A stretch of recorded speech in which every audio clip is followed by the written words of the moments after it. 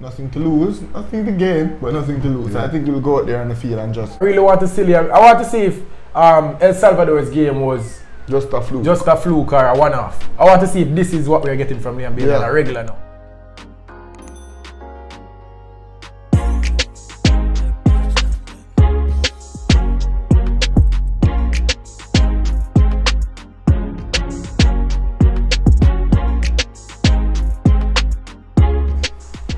Welcome sports fans, welcome back to another episode. I'm your host Joe Mar. I'm Rush. And this is This or That Sports TV, the place you guys come to get the most interesting, riveting and hot sports topics, discussions and debates on the whole internet. Yes, Pete, but before we get into it, make sure that you like this video that you're watching right now.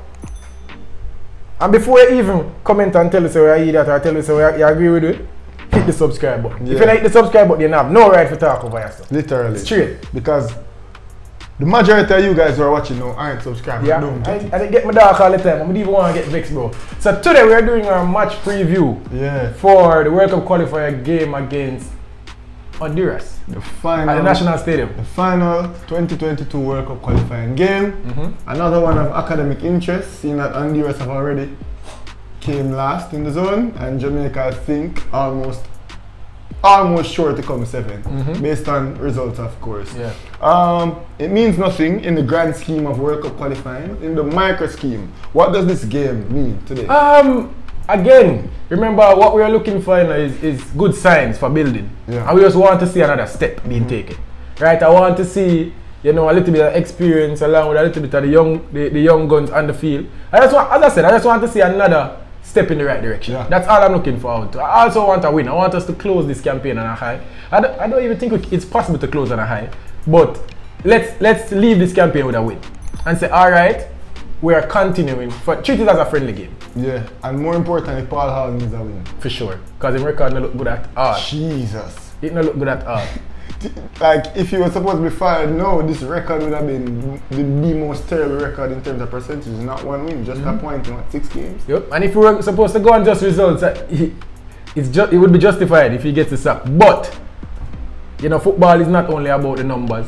You can use the eye and what we see from Paul Hall is promising. Yeah, So- except for Sunday. Yeah. But we're not even gonna go back. Yeah, but we do that already. We're not if you guys haven't watched our review of the game and reaction, go and check that out. Yeah, it was a Samba match, but we're here right now. We're against Honduras. Honduras is not even near Canada in the quality of play, and we expect to have the opportunity, especially in front of the home fans, to put the ball on the ground, move it from side to side again, but with purpose and with intent. Getting forward passes, because we saw Rafael was stringing passes and Liam Bailey was stringing passes. We want to see more of that. So we hope we can see a lot of that tomorrow. And you mentioned 2 names, but I'm looking out for Liam Bailey again. I really want to see Liam. I want to see if El Salvador's game was Just a fluke. or a one-off. I want to see if this is what we're getting from Liam Bailey on Yeah. a regular now. So if tomorrow against Honduras, we are there and we will be on the sidelines and we can hear and see the little things that you guys won't be able to see on the TV. We'll be here to tell you guys if Liam Bailey is the same. Yeah. So I'm really looking out for that. But as I said, what he showed against El Salvador, Promising. very promising. He showed that he will be worthy of the armband in just a few years by his play and by his leadership on the field. So we want to see another good game by You know what I would consider a statement? If you wanted to see more than one keeper in this window. Yeah. If Paul Hall plays Dylan Barnes in this game, for example, I want to see Liam Bailey in that armband. I would love to see that. I know that Damian Lowe would done it, but I think that would be a big statement for the team. It would. If not a drop from Andre Blake, but to say our next leader. Yeah, or is at Liam least Bailey. one of our One of our leaders. Yeah, Liam yeah, Bailey. yeah, I'd love to see that. That honestly. would, as I said, I don't think it's going to happen because Damian Lowe is the outright For sure, captain. for sure. However, it would be a good statement. I really love to see that. Another player that I want to talk about real quick is Ravel Morrison. Will we be seeing Ravel Morrison? Maybe not. Did he play the 90 against Canada? Yeah, I don't know if we'll be seeing Ravel Morrison, but I want to. Again, I want to keep continuity is a big thing for me right now. And I just want I want the win.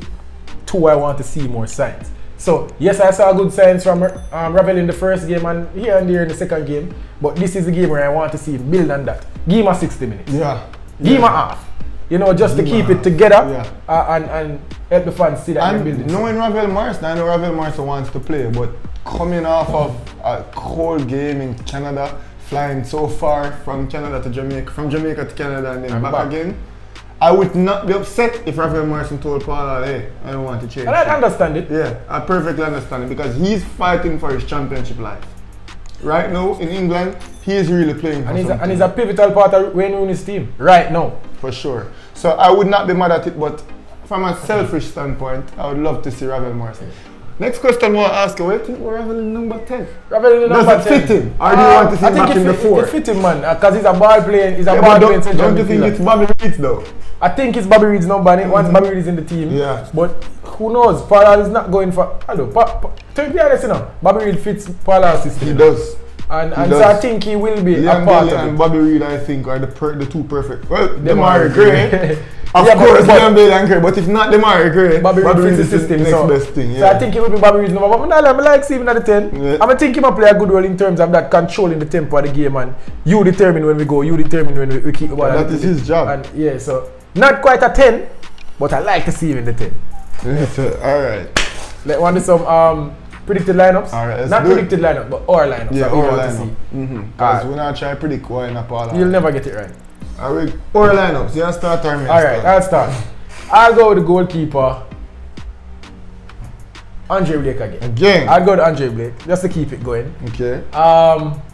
Left back, Greg Lee.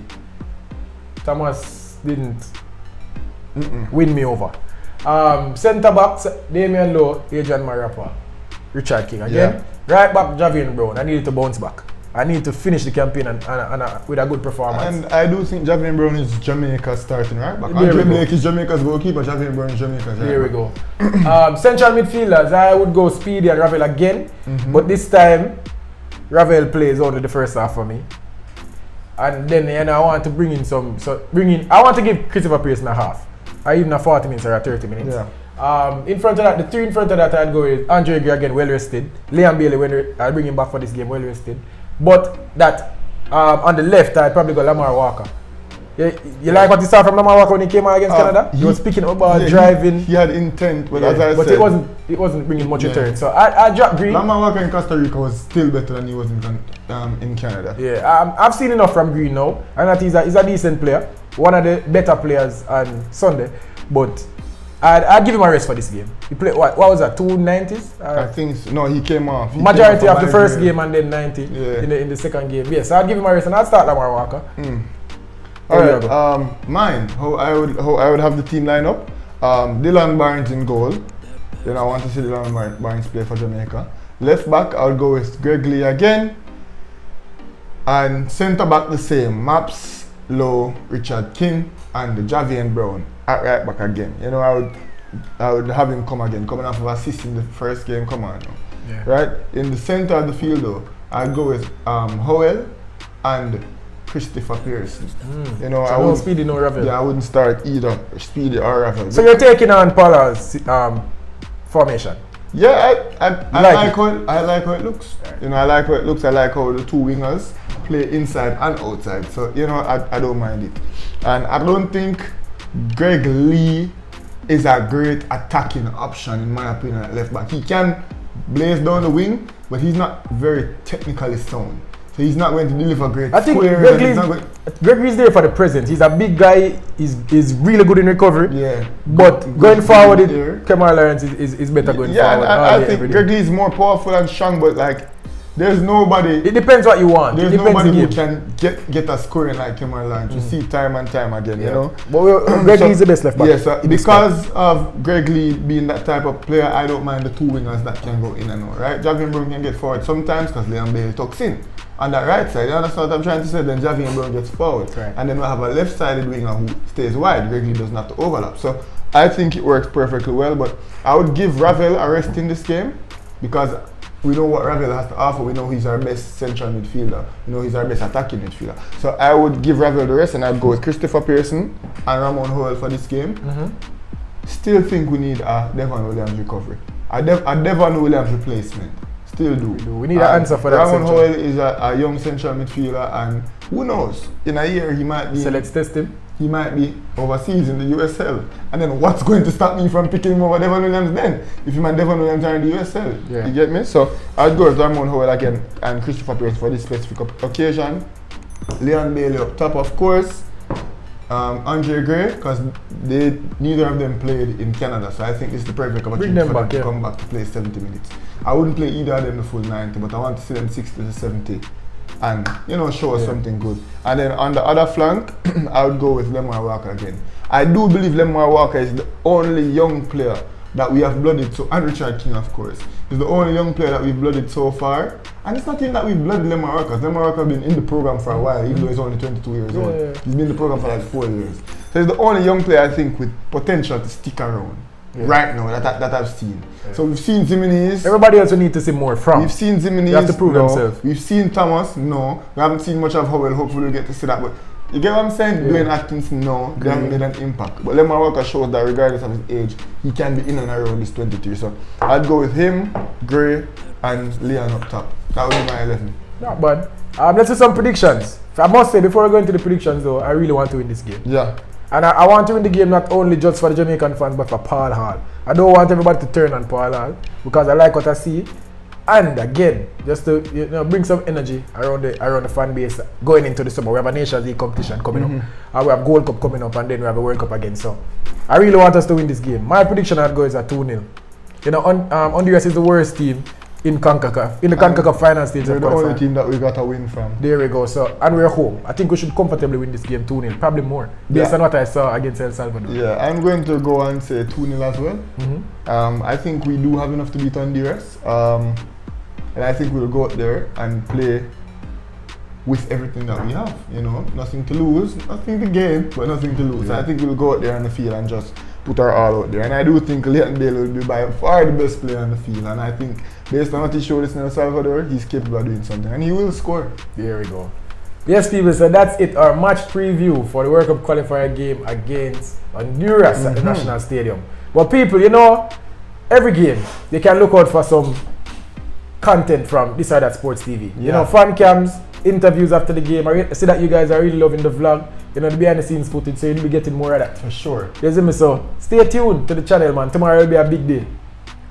Is there going to be a female or assistant referee? More thing to see in the vlog. Check out the vlog for that. I would need more female assistant referees because they've never failed me yet, you know? Yeah.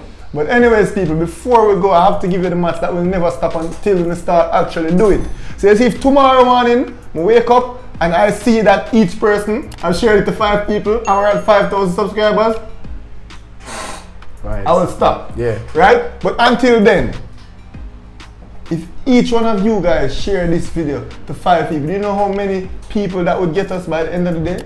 People, so just do what we ask, please, because we're putting the work. See? Anyways, with that said, this was This Side of Sports TV. And we're out.